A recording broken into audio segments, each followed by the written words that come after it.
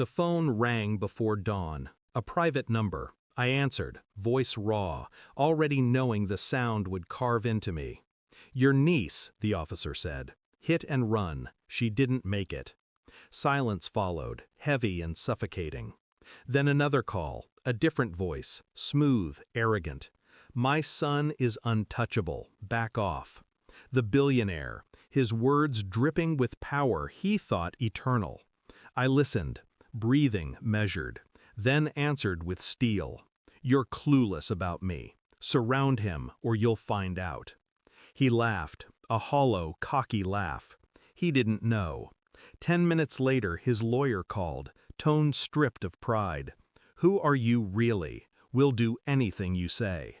And in that moment I felt it, the quiet shift of control, the storm bending to me. She was gone, my niece, 7 years old, her shoes still in my hallway from the last time she visited, sticky with playground dirt. I replayed the officer's words. Didn't make it. A phrase dressed in neutrality, meaningless, except it gutted me. The boy who killed her, drunk, reckless, sat somewhere behind guarded gates, sipping water imported from Italy, while my family drowned in grief. My sister's cries still rang in my head. Her knuckles bled from pounding the hospital wall. And I stood there, the one they all looked to, the one who didn't break. But inside, something cracked. It wasn't just the boy, it was the father, his arrogance, his certainty that money insulated him from consequence. The betrayal wasn't only against my niece, it was against justice itself, against the very order of things. And betrayal demands an answer. I didn't rage, I didn't shout, I studied. His son's name buried under layers of legal invisibility, but not invisible enough. The internet forgets nothing. I built a map. Names, dates, indulgences, the boy's history painted in DUIs scrubbed clean, victims silenced by settlements, police reports that vanished like smoke. And then the father's empire. Charities designed to launder reputation, boardrooms where judges sat as honorary advisors, media outlets bought piece by piece. I saw the pattern. Not wealth, but rot.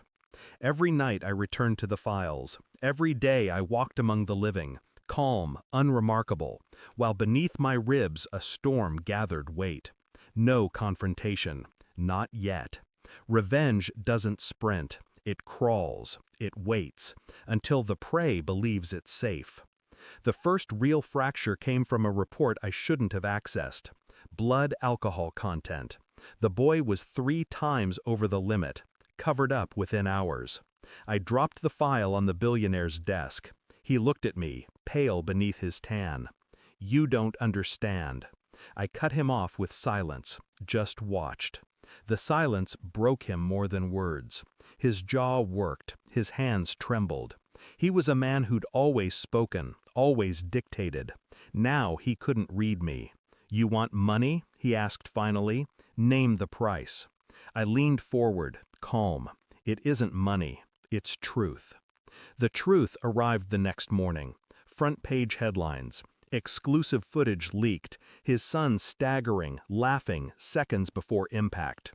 The world saw, and it didn't look away. Stocks collapsed. Shareholders screamed for his resignation.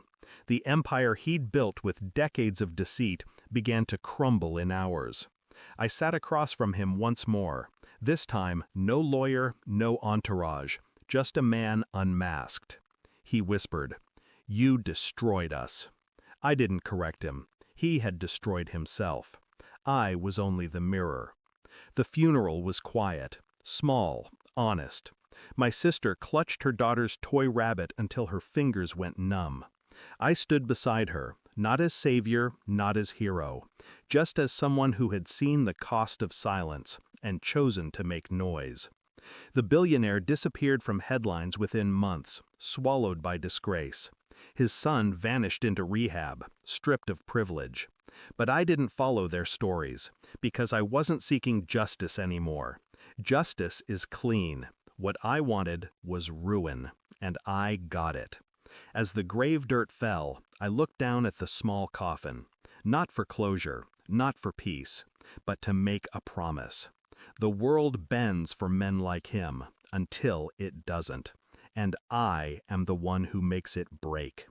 I walked away from the grave, not lighter, not freer, just colder, carrying the knowledge that in the quiet war between power and truth, I had won. Thanks for watching. Don't forget to like, share, and comment. Subscribe now to Cheating Stories Insight World for more amazing stories.